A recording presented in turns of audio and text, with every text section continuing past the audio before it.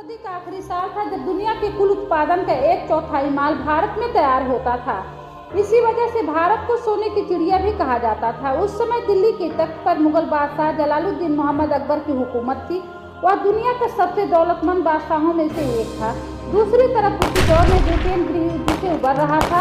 उसकी अर्थव्यवस्था खेती बाड़ी पर निर्भर थी। दुनिया के कुल उत्पादन का 3% माल वहाँ तैयार होता था। ब्रिटेन में उस वक्त महारानी एलिजाबेथ प्रथम की हुकूमत थी। यूरोप की प्रथम शक्तियाँ पुर्तगाल और स्पेन व्यापार में ब्रिटेन को पीछे छोड़ चुकी थी। व्यापारियों के रूप में ब्रिटेन के समुद्री लुटेरे पुर्तगाल और स्पेन के व्यापारिक जहाजों को लूटकर संतुष्ट हो रहे थे। उसी दौरान घुमंतू व्यापारी राल्फ फिच को हिंद महासागर, मेसोपोटामिया, फारस की खाड़ी और दक्षिण पूर्व एशिया के व्यापारिक यात्रा करते समय भारत के समृद्धि के बारे में भी पता चला। राल्फ फिच को ये यात्रा इतनी लंबी थी कि ब्रिटेन लौटने से पहले उन्हें मृत मानकर उनकी वसीयत को भी लागू कर दिया गया था। पूर्व में मसाले हासिल करने के लिए लिवेंट कंपनी 2 नाकाम कोशिश कर चुकी थी।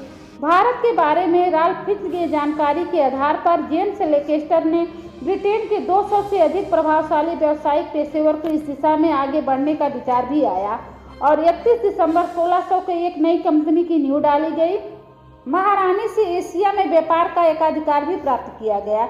इस कंपनी के नई नाम दिया गया और इसे ईस्ट इंडिया कंपनी के नाम से जाना जाने लगा।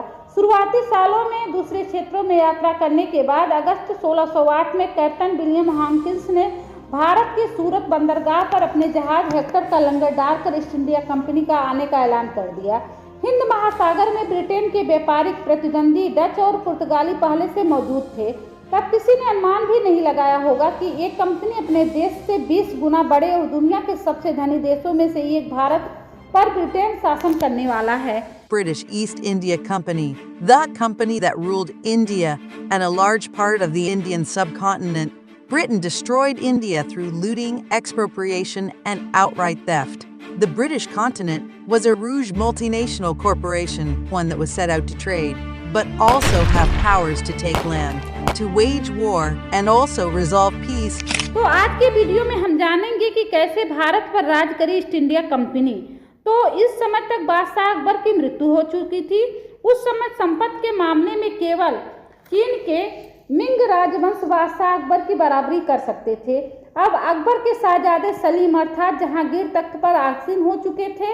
अब हॉकिंस मुगलों की राजधानी आगरा पहुंच गया, किंतु कम पढ़े लिखे होने के कारण हॉकिंस को जहांगीर से व्यापार की अनुमति नहीं मिल पाई। इसके बाद राजदूत सर थॉमस रो को 1615 में मुगल राजधानी आगरा भेजा गया।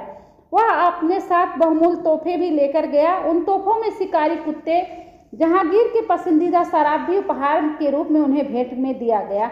ब्रिटेन के साथ संबंध बनाना जहांगीर की प्राथमिकता में नहीं था, क्योंकि सर थॉमस रो जब भी व्यापार की बातें करते थे तो बादशाह व्यापार के बजाय घोड़ों, कलाकृतियों, शराब की चर्चा करने लगते थे। 3 साल के लगातार अनमय विनय के बाद जहांगीर ने ईस्ट इंडिया कंपनी के साथ व्यापारिक समझौते पर अपना हस्ताक्षर कर दिए गए। समझौते के तहत कंपनी और ब्रिटेन के सभी व्यापारिक उपमहाद्वीपों में के प्रत्येक बंदरगाह पर खरीदने तथा बेचने की जगहों के इस्तेमाल की इजाजत दी। बदले में यूरोपीय उत्पादनों को भारत को देने का वादा भी किया, लेकिन उस समय ब्रिटेन के पास था ही क्या कि वह भारत को दे पाता। कंपनी के व्यापारिक मुगलों की रजामंदी से भारत में सूत, नील, पोटेशियम चाय खरीदते और विदेशों में उन्हें महंगे दामों पर बेचकर खूब मुनाफा कमाते थे। कंपनी की पूंजी के आधार व्यापारिक पूंजी था। कंपनी को जो भी वस्तु खरीदते उसका मूल्य चांदी देकर अदा करनी होती थी। साल 1670 में ब्रिटिश सम्राट चार्ल्स द्वितीय ने ईस्ट इंडिया कंपनी को विदेश में युद्ध करने की अनुमति भी दे दी। ब्रिटिश सेना ने सशस्त्र ने भारत में पुर्तगाली, डच और फ्रांसीसी का मुकाबला कर बंगाल के तटीय क्षेत्रों पर अपना अधिकार भी कर लिया। लेकिन 17वीं शताब्दी में मुगलों का आमना सामना हुआ और मुगलों की जीत हुई। इतिहासकार विलियम डेल्फ रिप्पल का कहना है कि ब्रिटेन सैनिकों को मुगल सेना ने मक्खियों की तरह मारा था। बंगाल में 5 कारखानों को भी नष्ट कर दिया तथा अंग्रेजों को बंगाल से बाहर निकाल दिया गया। सूरत के कारखाने बंद कर दिए गए। कर्मचारियों को जंजीरों में जकड़कर शहरों में घुमाया गया। अपराधियों की तरह उन्हें अपमानित भी किया। कंपनी के पास माफी मांगने और कारखानों को वापस पाने के राजा के दरबार में भिखारियों के सिवा उपस्थित होने के अलावा कोई और विकल्प नहीं रह गया।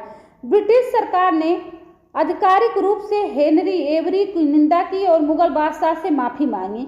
औरंगजेब ने सरकार को माफ कर दिया और ईस्ट इंडिया कंपनी को रेशम, चीनी, मिट्टी के बर्तन खरीदने बदले में भुगतान चांदी से करना पड़ता था उन्हें। इसके बाद 1760 में औरंगजेब की मृत्यु के बाद विभिन्न क्षेत्रों में लोग एक दूसरे के खिलाफ हो गए। लोग परिस्थितियों का लाभ उठाने लगे।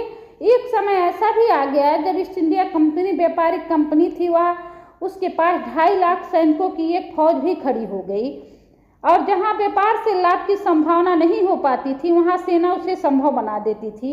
कंपनी की सेना ने अगले 50 वर्षों में भारत के अधिकांश हिस्सों पर अपना कब्जा कर लिया। भारत पर अब ब्रिटेन की महारानी के शासन के अधीन हो चुका था। ईस्ट इंडिया कंपनी पूरी तरह भारत को अपने अधीन कर चुका था। आज की वीडियो यहीं समाप्त करती हूँ। अगली वीडियो में हम ये देखेंगे कि भारत को कैसे मिली अंग्रेजों से आज़ादी।